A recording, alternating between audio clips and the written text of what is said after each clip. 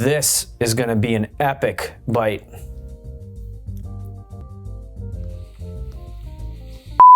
Meatloaf is an old school recipe, but it doesn't have to be boring, dry, or bland. This healthy-ish turkey meatloaf is juicy, flavorful, and packed with protein. A fresh take on a classic comfort dish. We're loading it with vegetables for moisture and full flavor. We're brushing it with a smoky, tangy glaze and baking it until it's perfectly tender. It's simple to make, great for meal prep, and one of those recipes that tastes just as good the next day, maybe even better. For the full ingredient list, check the description box below, but enough talking, let's get cooking. One of the biggest problems with making a turkey meatloaf, or any meatloaf for that matter, is getting moisture and flavor into the meat. We're gonna do a leaner version, because if you're making turkey meatloaf, you're probably trying to get it on the healthier end. That probably means a little leaner. That also means a little juicier. That's where these vegetables come in. So here you can see we got a zucchini, a carrot, some parsley, and a few cloves of garlic that we're gonna put into the meatloaf. But because we want it to blend seamlessly with the meat, we're gonna use our friend the food processor.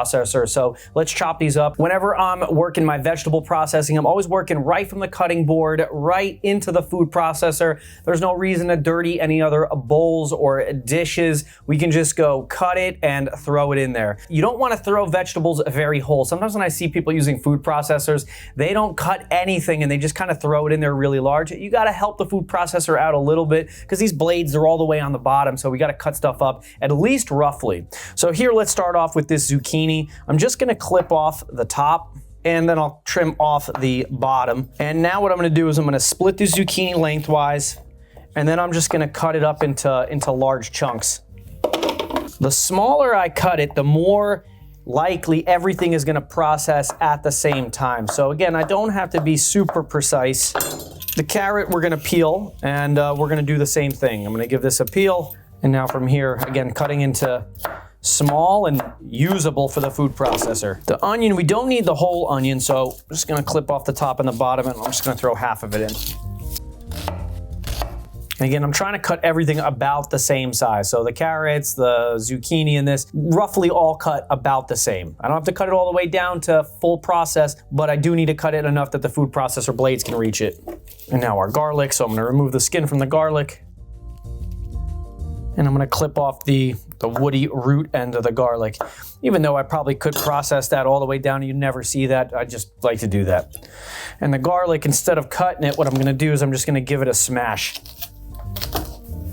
And I'm gonna hold off on putting the parsley in there because I don't want the parsley as blended as everything else in here. So now I'm just gonna pulse this a few times.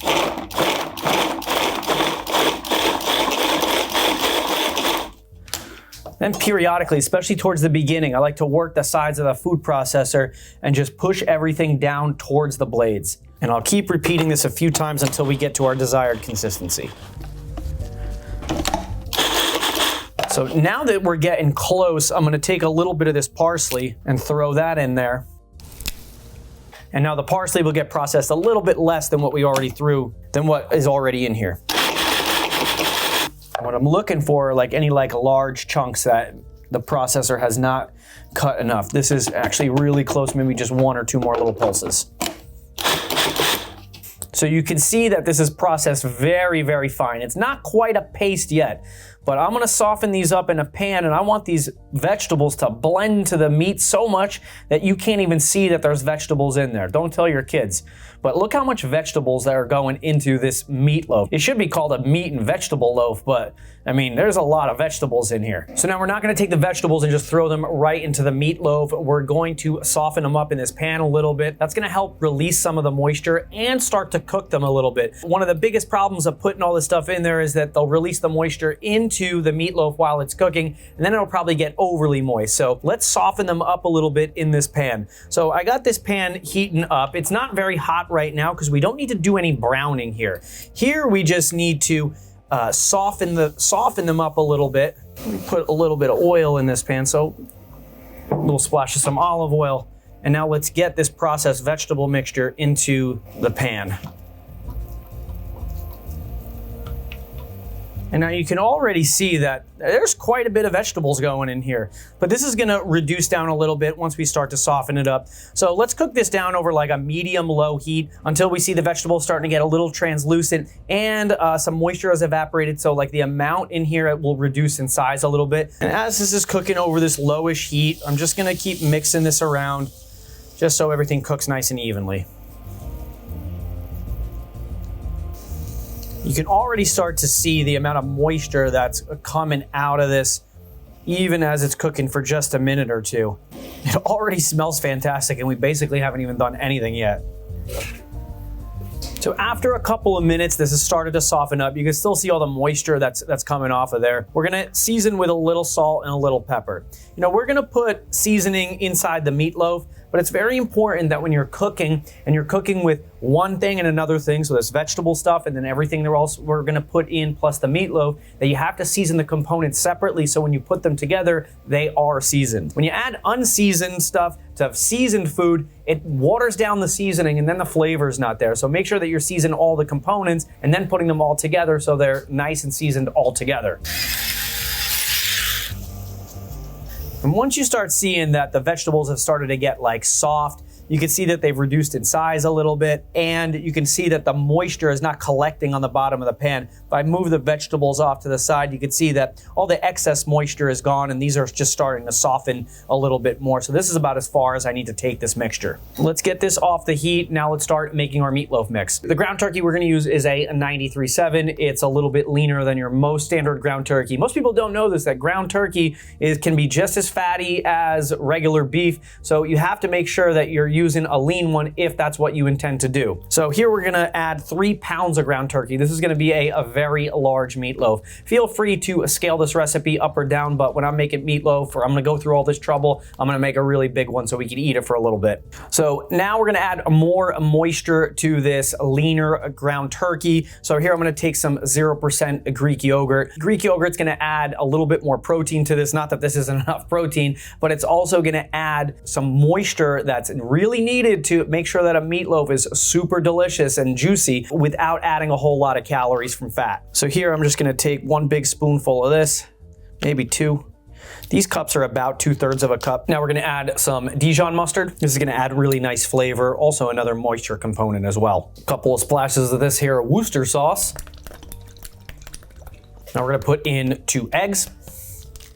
And now we're gonna add some breadcrumbs. So here I'm gonna use some seasoned panko breadcrumbs. This is, I find, is probably the best breadcrumb you could put in. If you wanted to make this gluten-free, I guess you could use a gluten-free breadcrumb, or you could use some like ground up oats. That also works here, but we're gonna go with the real stuff, the seasoned panko. Now let's season this. We're gonna put some of my base seasoning. This is a blend of a garlic powder, onion powder, salt, and pepper. And also one of my favorites that seems to be a usual suspect in a lot of my recipes, the smoked paprika. And now that our cooked vegetables have cooled a little bit, we'll take those and we'll add those to the mix. I like to let these cool before I add them to the mix, because one, I'm gonna use my hands to mix it, because there's nothing better than to mix this with my hands. Secondly, is I want them to cool a little bit so they don't start to like cook the other things in there before they cook. We want everything to kind of cook like all together. So now I'm gonna give this a mix, and when I'm mixing, I'm trying to be as efficient as possible. One of the worst things you can do to meatloaf to make it very dense is over mix it. So I'm gonna mix it just enough, and then once I see that it's fully mixed, I'm stopping. And what I find is a really efficient way to mix it is to like grab it and squeeze it, and it'll squeeze like through your fingers, and then it'll mix up everything that you're squeezing. You also got to work the bottom. A lot of the stuff kind of hides at the bottom. And then you think you've mixed enough, and then you have a bunch of ingredients that haven't been mixed in all just sitting at the bottom. So always work your way from the bottom, flip to the top, give it a quick squeeze. And again, I'm looking for like no pockets that are just meat or just vegetables. The egg should look like it disappeared into the bowl. This looks pretty uniform, and I don't think I need to take this much further. Let's get this into the meatloaf pan. So this is my meatloaf pan. It's a larger loaf pan, so it's a 12 by 6 by 3. I find that this is the perfect size to make a 3-pound meatloaf, because anytime I make a 2-pound meatloaf, I always wish I had more. So I got the extra large loaf pan to make sure that every time that we're gonna go through this much work, we're gonna get enough meatloaf. Here I'm gonna take a parchment paper and I'm gonna fold it almost in half, and I'm gonna line the pan with the parchment paper. Not only is this gonna help the meatloaf not stick, the important part is that it's gonna help me lift the meatloaf out of the pan, because once you get the meatloaf in the pan, it's almost impossible to get out without destroying it unless you have something to lift it out. And parchment paper is the perfect thing. So I like to make sure that I get like nice creases in there so it really adheres to the loaf pan.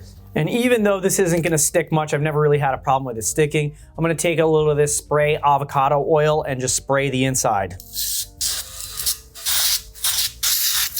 So now, again, using the best tool in the kitchen, my hands, I'm gonna use this to get into the meatloaf pan. I'm gonna do it layer by layer, and I'm gonna make sure that I'm working all the edges and making sure that as I'm putting it in, that we're getting the meatloaf all the way to the edges. There's no bubbles, there's no spaces. I'll do this little bit at a time.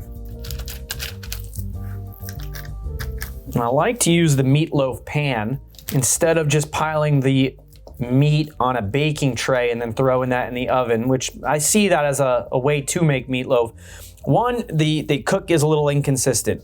And two, when you're making it with turkey, turkey's a little looser than ground beef, so it doesn't hold shape too much, and then it kind of just like spreads out all over the pan, and then you get like more of like a I don't know if to call it meat loaf, but you get like a meat flat, meat pancake. Here it's going to be nice, square, cuttable. All the sizes, all the slices are going to be very uniform. You want to make sure that each layer that you put on is well incorporated into the previous layers underneath it. Do not rush this. The worst thing you can do is rush this. You get all these little pockets of air, and then the meatloaf, it's not solid. You cut into it and there's little holes. Now to make sure that the top is nice, I'll take my silicone spatula and start to get everything nice and flat all the way to the edges. And you can see how nicely that the 3 pounds of meat plus the vegetables that we put in and the other ingredients fill this meatloaf pan just to the top without it spilling over. So we're gonna get a nice, perfectly sized meatloaf. And remember, you only get to do the top once, just like in baking, so make sure you're taking your time to make sure everything is nice and even, it looks good. So now that our meatloaf is in the pan, we got the top looking beautiful here. We're gonna put this in a 375-degree oven for about 55 to 60 minutes before we start putting our glaze on.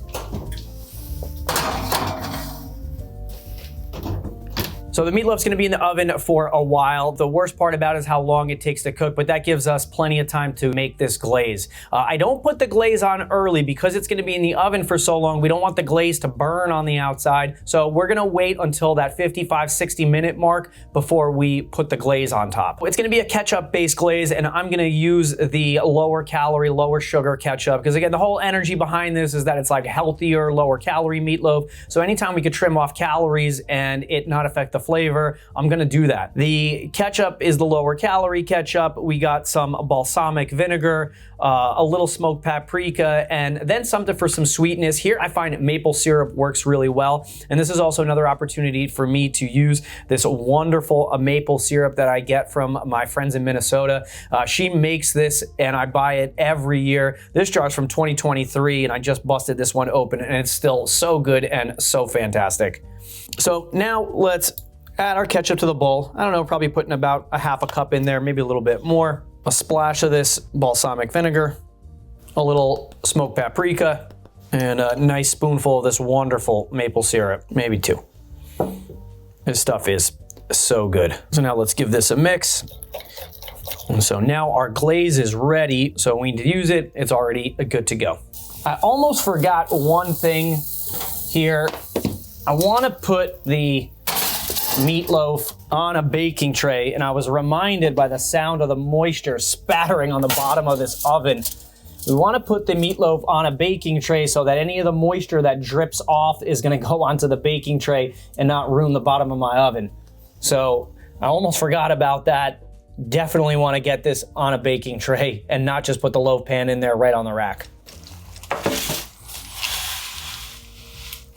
So you can see, a good thing we threw this over the baking tray, and I got the baking tray covered with aluminum foil, so cleanup's gonna be a little easier, but it was just one thing I overlooked when I put it in the oven. You can see that the meatloaf is cooked a lot. It's probably not cooked all the way through, so I'm not gonna check the temp inside. And you can see that we're starting to get some nice cooked meat on the outside. You can see some separation here with the loaf, but if I check the middle, I know the middle's probably not cooked. But let's get our first layer of glaze on here. So now I'm gonna get a nice thin layer of glaze on. So I'll just put it on real roughly and then we'll spread it out much nicer. So, and I wanna get the glaze all the way to the edges because the glaze is one of the best parts about making a meatloaf. We're gonna put the glaze on in layers because once I put this back in the oven, this glaze is gonna set a little bit, start to caramelize, and then we're gonna put another layer on top of that right before we finish. And don't be sloppy with your glaze. Make sure that it goes on nice and evenly, and then after, right before it goes in the oven, give it like a nice spread out. You know, so much of good cooking is just being a little bit more detailed and trying not to be sloppy. An artist lives in every single one of us, and if it's just brushing on some glaze on a meatloaf, well, do it up and do it up nice.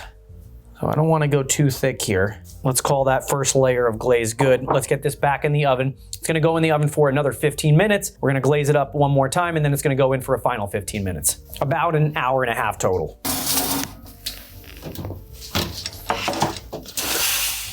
So after another 15 minutes, you can see that the glaze that we put on is now nice and solid. It's nice and tacky. It hasn't burned yet, so we know we're doing pretty good on time. I'm still not gonna check the internal temperature. I'm gonna wait all the way until the end to do that to make sure that this is cooked enough. So now, same thing that we did before, just layer on the glaze right on top of that other glaze. And since this is probably gonna be the final layer of glaze, I'm gonna put it on just a little thicker. And we also have the previous layer of glaze for it to stick to. So let's put this back in the oven for about another 10 or 15 minutes and then this should be done cooking. This looks absolutely wonderful. It's been in the oven for about little less than like 90 minutes. We're gonna use the thermometer. We're gonna check the inside temperature just to see, did we hit our mark? We want it above 165 because at 165, the meat will be fully cooked and it'll be perfectly juicy. So let's see how we did. All right, so this still is at like 156. I'm gonna throw this in there for about 10 more minutes and that should get us right to our mark. And then while it's out, I'm gonna glaze it again. We can never have it too many layers of glaze on here. And one thing I like to do too is if I poke it, I'm gonna try to cover up the hole with the glaze because as this continues to cook, moisture will try to get out from there and then like white stuff will start to ooze out. But I find that as long as I don't poke it too much and I cover up the hole with the glaze, the stuff won't ooze out as much and then we won't lose as much moisture and it just won't like not look appetizing on the top. So I'm gonna send this in the oven for about 10 more minutes and that should get us there. Okay, so we just crossed over the 90-minute mark. Let's get our thermometer out and check. I'll try to use the same hole that I went in before and we are perfect. So we're north of 165. So that means this is cooked. We didn't go too much above, so it's not super dry. Now let's let this cool for at least 15 or 20 minutes before we take it out of the mold because right now everything is really hot. If we take it out, it's not gonna hold together very well. So we wanna make sure that we wait until this is nice and solid and a little cool before we take it out of the loaf pan and slice it. We did the parchment paper trick, so it's easy to pull out of the loaf pan. And so hopefully this pulls out nice and easy and doesn't stick. Look how nice and easy that went out. A lot of the juices and the fat that will loosen up will still be on the bottom. So I'll let that drip out for just a second. And now from here, I'm gonna transfer it over to the serving platter and I'll be nice and gentle.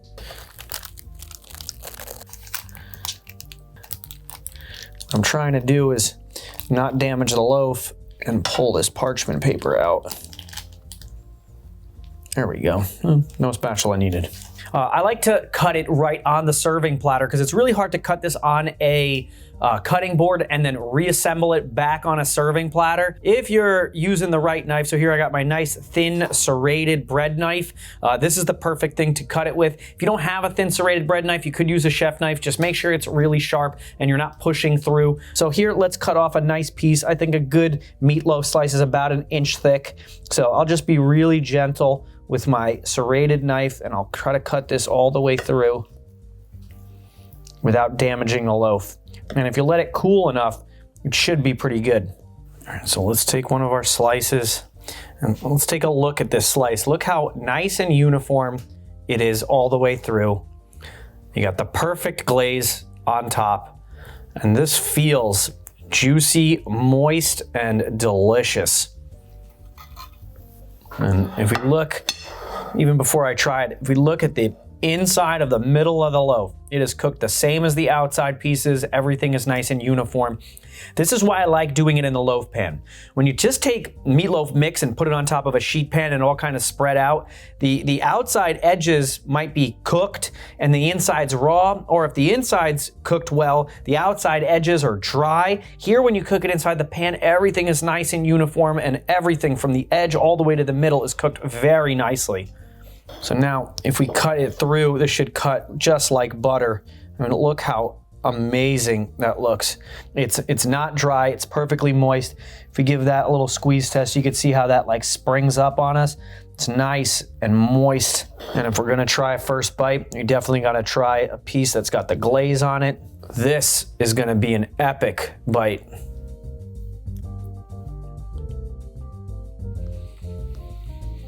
Wow.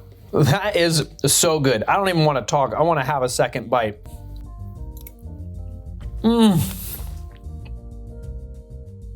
It's savory.